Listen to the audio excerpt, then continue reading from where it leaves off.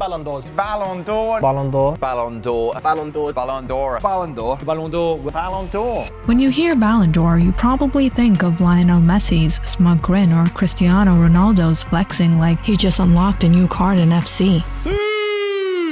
But this golden ball, once just a modest prize for Europe's best, has evolved into a global obsession, making or breaking legacies with every annual award. It's not just a trophy anymore. It now shapes the discourse of football itself. The Ballon d'Or was born in 1956, the brainchild of French football magazine France Football. Initially, it was a straightforward concept. Pick the best European footballer of the year. The first winner? Stanley Matthews of Blackpool. Yes, Blackpool. Back then, the selection panel was made up of European journalists. No global voting, no Instagram campaigns. Just a bunch of guys arguing about whether Alfredo Di Stefano or Raymond Kopa had the better first touch.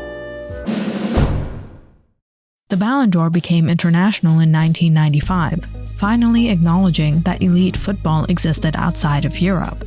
George Weah, the Liberian legend and AC Milan striker, became the first non-European to win it. Fun fact, he was the president of Liberia.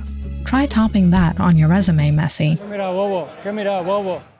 This change opened the floodgates. Soon after, South Americans like Ronaldo Nazario and Rivaldo entered the chat and never really left. Europe might have invented the Ballon d'Or, but Latin America was about to dominate the guest list. Let's be real, if the Ballon d'Or were a Netflix series, the Messi vs Ronaldo era would be its Emmy-winning season. Between 2008 and 2021, the duo won 12 of 13 Ballon d'Ors. Messi leads with 8, while Ronaldo holds 5. Their battle defined a generation, not just for their football, but also for the global marketing machine that made fans pick sides like it was Twilight all over again. People debated their goals, trophies, abs, and even their charity work. The Ballon d'Or wasn't just a personal accolade, it became the ultimate flex in their never-ending battle for immortality. The 2020 Ronaldo. Ballon d'Or France footballer is Ronaldo. Lionel Messi. The Ballon d'Or loves drama. It's basically the Met Gala of football, glamorous, polarizing, and occasionally rigged, depending on who you ask. Wesley Sneijder, fresh off a treble-winning season with Inter Milan and a World Cup final appearance with the Netherlands, didn't even crack the top 3. Would you say that you've been robbed about the Ballon d'Or? Football Twitter still hasn't recovered. Luka Modric broke the Messi-Ronaldo monopoly after leading Croatia to a World Cup final. Some called it a well-earned recognition, others called it a pity award for the last man standing not named Messi.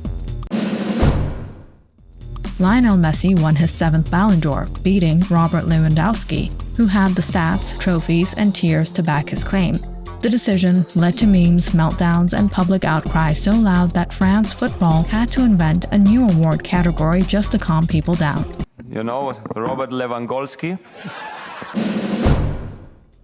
Messi, after guiding Argentina to a World Cup win in Qatar, clinched his record-extending 8th Ballon d'Or.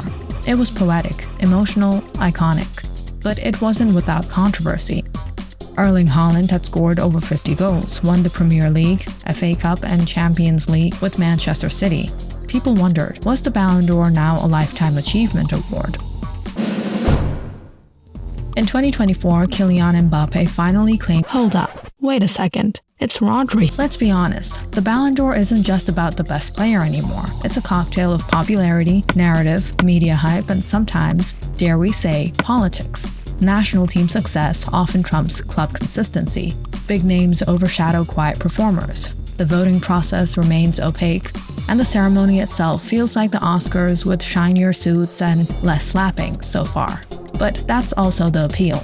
The Ballon d'Or is the talking point that fuels public debates. In a sport often dictated by clubs and systems, the Ballon d'Or remains one of the few spots where the individual still reigns supreme. Today I feel disabled.